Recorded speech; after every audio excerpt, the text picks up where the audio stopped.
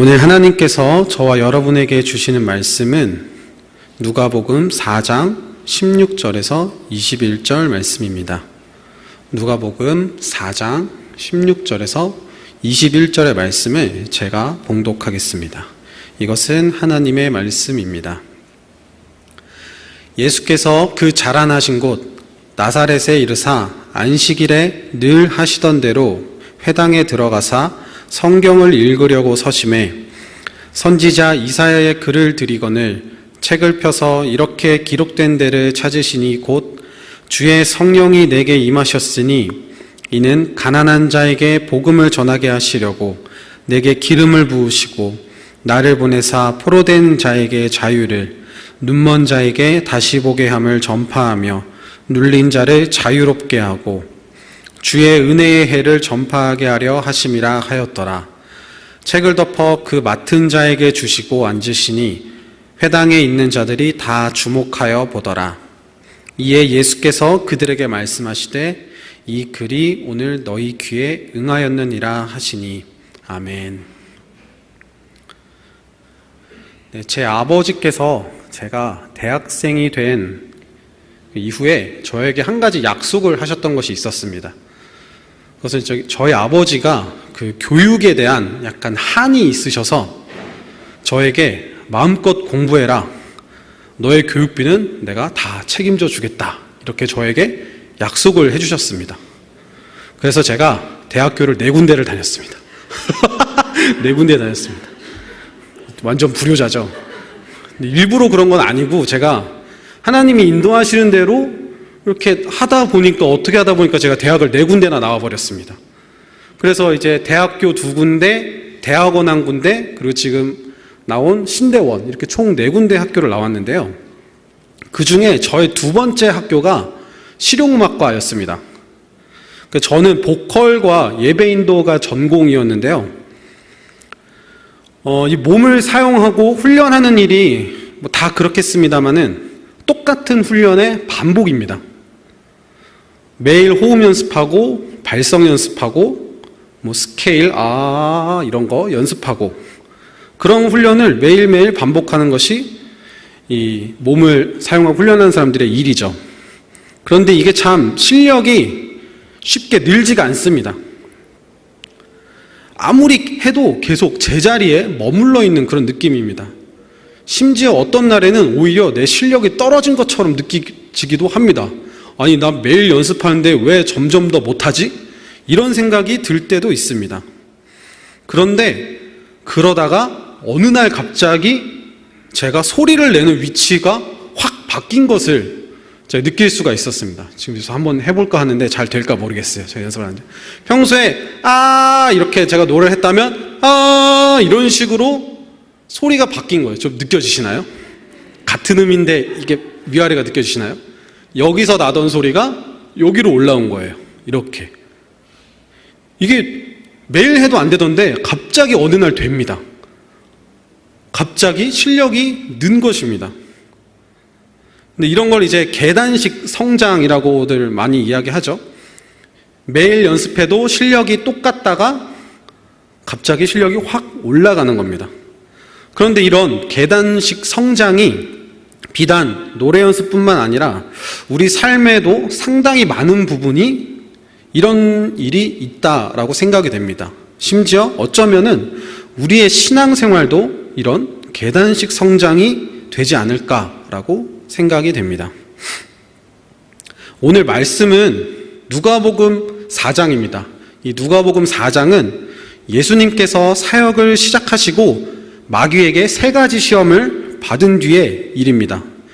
예수님께서는 마귀의 시험 이후 성령의 능력으로 갈릴리로 돌아가셨고 그곳에서 여러 회당에서 성경을 가르치셨습니다. 이는 14절, 15절에 나옵니다. 제가 받들어 읽겠습니다. 예수께서 성령의 능력으로 갈릴리에 들어가시니 그 소문이 사방에 퍼졌고 친히 그 여러 회당에서 가르치심에 뭇 사람에게 칭송을 받으시더라. 아멘. 예수님은 자신의 고향이신 나사렛에 이르게 됩니다. 그곳에서 안식일에 늘 하시던 대로 습관처럼 하시던 일을 하셨습니다. 그것이 무엇일까요? 바로 15절에 나오는 가르치시는 일이었습니다. 예수님이 육신을 입으시고 이 땅에 오신 뒤에 하신 일이 크게 우리가 세 가지로 나눠볼 수 있습니다. 이는 마태복음 4장 23절에 잘 요약이 되어 있는데요.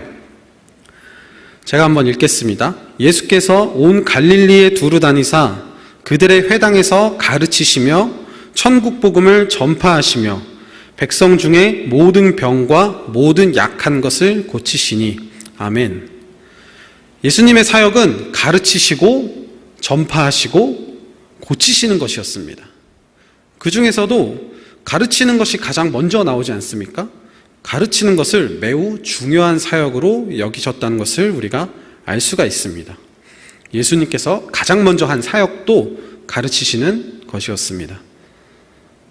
이렇듯 늘 하던 것에는 우리가 익숙하고 숙달되어 있다, 이런 장점이 있지만 동시에 지루하고 새로울 것이 없어서 기대감이 없어지는 이런 매너리즘에 빠지기가 쉽습니다. 우리가 늘 하는 것은 무엇입니까? 학생들은 늘 무엇을 하나요? 학교 가고 숙제하고, 그렇죠? 시험 기간에는 시험 공부하고 학원 가고 방학 때 놀고 이렇잖아요.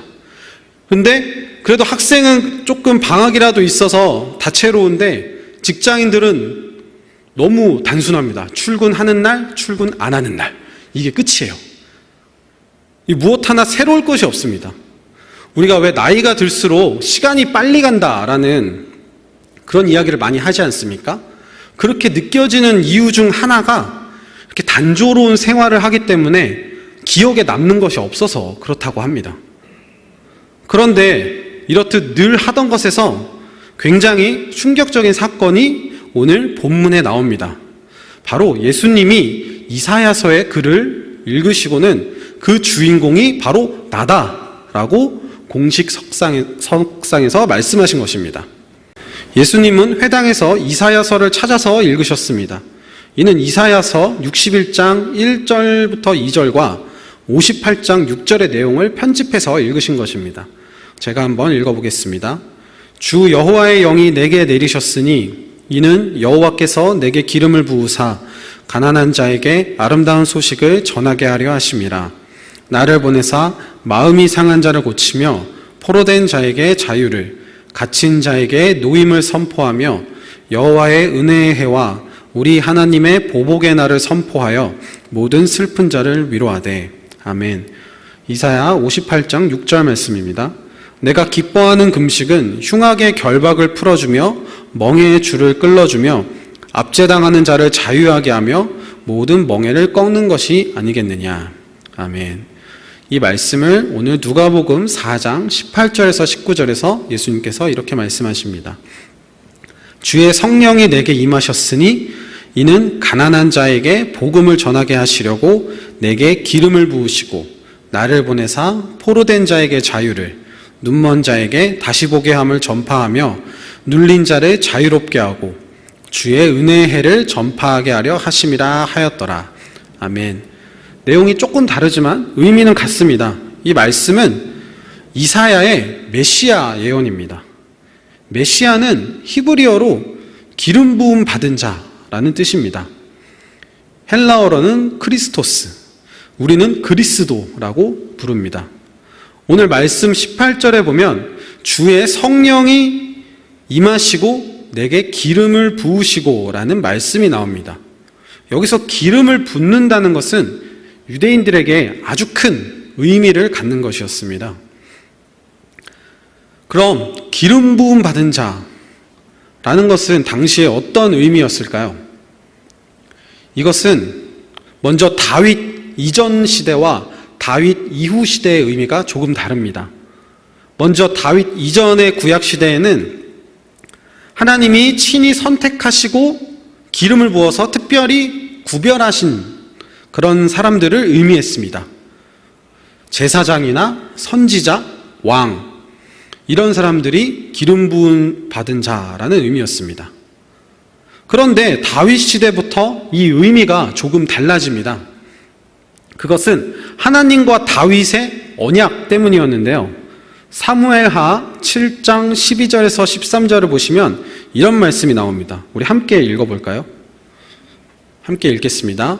내 수완이 차서 내 조상들과 함께 누울 때에 내가 내 몸에서 날 내 씨를 내 뒤에 세워 그의 나라를 견고하게 하리라. 그는 내 이름을 위하여 집을 건축할 것이요 나는 그의 나라 왕위를 영원히 견고하게 하리라. 아멘. 하나님이 다윗에게 주신 언약은 너의 자손 중 한 사람이 왕이 되어서 영원히 통치할 것이다 라고 하신 것이었습니다. 유대인들은 이 말씀을 가지고 이게 메시아라고 믿었습니다. 그리고 그 메시아가 나타나기를 간절히 기다렸습니다. 그 소망은 예루살렘이 멸망하고 나서 더 커졌습니다. 이스라엘이 바벨론의 포로가 되고 그 이후로 계속 페르시아, 헬라, 로마 제국 등 이 제국의 이름만 계속 바뀌고 그들은 계속 식민지 상태에 있었습니다. 하루빨리 메시아가 나타나서 이 악한 이방 세력들을 물리치고 하나님이 통치하시는 세상이 오기를 간절히 바라고 있었습니다. 우리나라도 일제 강점기를 경험하지 않았습니까? 우리나라가 약 35년 정도 일본의 지배를 받았는데 그 35년만 해도 정말 어마어마한 고통이 있었습니다. 수많은 사람들이 다치고 고문당하고 죽었습니다. 그런데 이스라엘은 이런 세월을 수백 년간 겪었던 것입니다. 그러니 얼마나 더 메시아가 간절하겠습니까? 하루라도 빨리 이 메시아가 나타나서 저 로마 제국을 물리치고 우리 이스라엘을 독립시키고 영원히 평화로운 견고한 그런 하나님 나라가 임해서 그것에 살고 싶은 것이 바로 유대인들의 희망이었습니다. 그런데 이 오늘 말씀에 예수님께서 나사렛에 있는 한 회당에서 이사야서를 읽으시다가 이 이사야서가 말하는 메시아가 바로 나다라고 이렇게 말씀하신 것입니다. 사람들의 반응은 어땠을까요? 아마 무슨 소리야? 무슨 말도 안 되는 소리야? 이렇게 믿지 않는 사람도 있었을 것이고 그런가? 이렇게 반신반의하는 사람들도 있었을 것이고 바로 말하자마자 그럼 그렇지 바로 믿는 사람들도 있었을 것입니다. 오늘 말씀 누가복음 4장 14절에서 15절을 보시면 예수님께서 여러 회당에서 가르치시며 사람들에게 칭송을 받으셨다고 말씀하고 있습니다. 우리가 이를 통해 짐작할 수 있는 것은 이때부터 예수님을 따라다니는 사람들이 있었을 것이라는 겁니다. 예수님께서 해설해 주시는 이 성경이 너무 놀라웠고 그 가르침이 너무 경이로워서 너 좀 더 듣고 싶다, 더 배우고 싶다 이러면서 예수님을 따라다니는 사람들이 분명히 있었을 것이다 라고 저는 생각을 합니다. 그런 사람들에게 오늘 이 사건은 어땠을까요? 어떻게 다가왔을까요? 예수님께서는 늘 하시던 대로 말씀을 가르치시려 회당에 들어가셨습니다. 그런데 자신이 메시아다라는 일종의 폭탄 선언을 하신 것입니다. 만약에 제가 그 자리에 있었다면은 이게 갑자기 무슨 소리야? 아니 왜 저걸 이제 말씀하시지? 아니 미리 오늘 좀 중요한 얘기가 있다고, 중요한 일이 있다고 귀띔이라도 해주셨으면 내가 마음의 준비라도 하고 또 내 친구나 가족들이라도 데려와서 우리 같이 이 자리에 있었을 텐데 라는 그런 생각을 저는 했었을 것 같습니다. 그런데 오늘 말씀이 이 15절에서 16절로 바로 넘어가서 예수님께서 회당에서 가르치신 이 기간이 얼마 안 됐을 것처럼 저희는 느껴집니다. 그런데 앞에 말씀을 보시면 소문이 사방에 퍼졌다라고 14절에 말씀하고 있습니다. 이때 인터넷이 있습니까? 아니면 무슨 SNS가 있습니까? 스마트폰이 있습니까? 아무것도 없던 시절입니다. 소문이 나려면 입에서 입으로 전해지는 것밖에 방법이 없습니다. 게다가 자동차가 있겠습니까? 빨리 움직일 수도 없죠. 대부분 걷거나 소나 나귀, 말 정도를 타면서 이동하는 거죠. 그런데 이 입소문이 사방에 퍼질 정도로 예수님께서 가르치셨다라는 것은 상당히 오랜 시간 동안 예수님께서 사람들을 가르치셨다는 것을 의미합니다.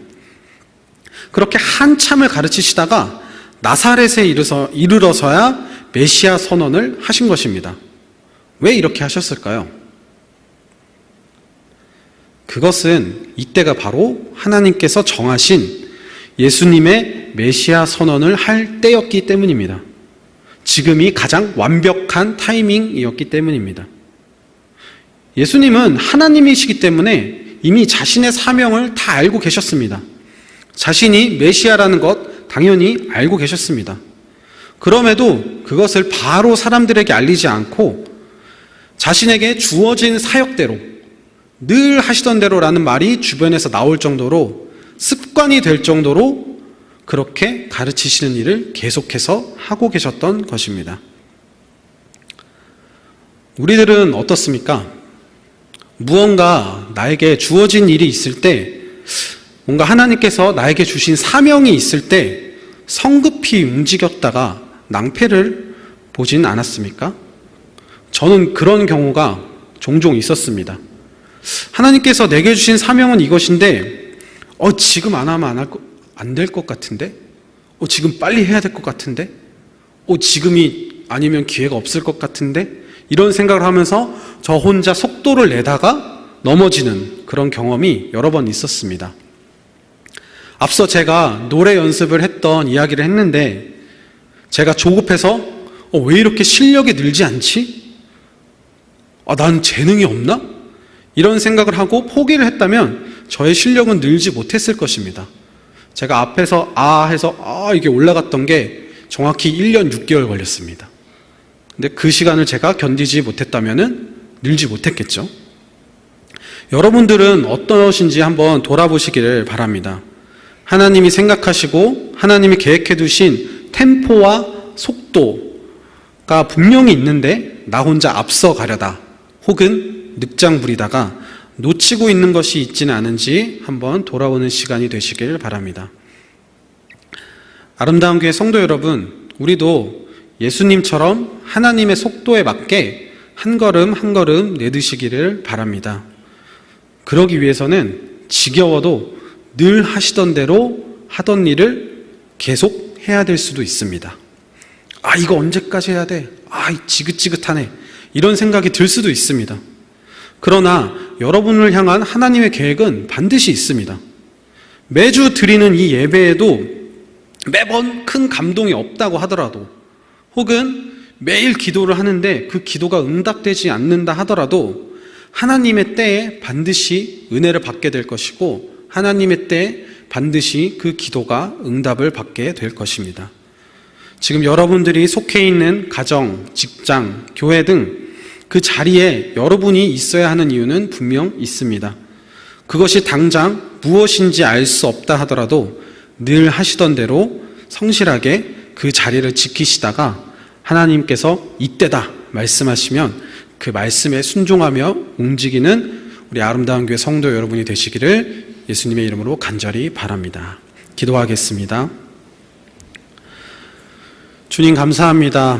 오늘도 저희에게 말씀을 주셔서 우리가 하나님이 정하신 때를 잘 기다리며 인내하며 하나님의 뜻을 잘 이루어가는 귀한 하나님의 자녀들 될 수 있도록 주님께서 축복하여 주시옵소서.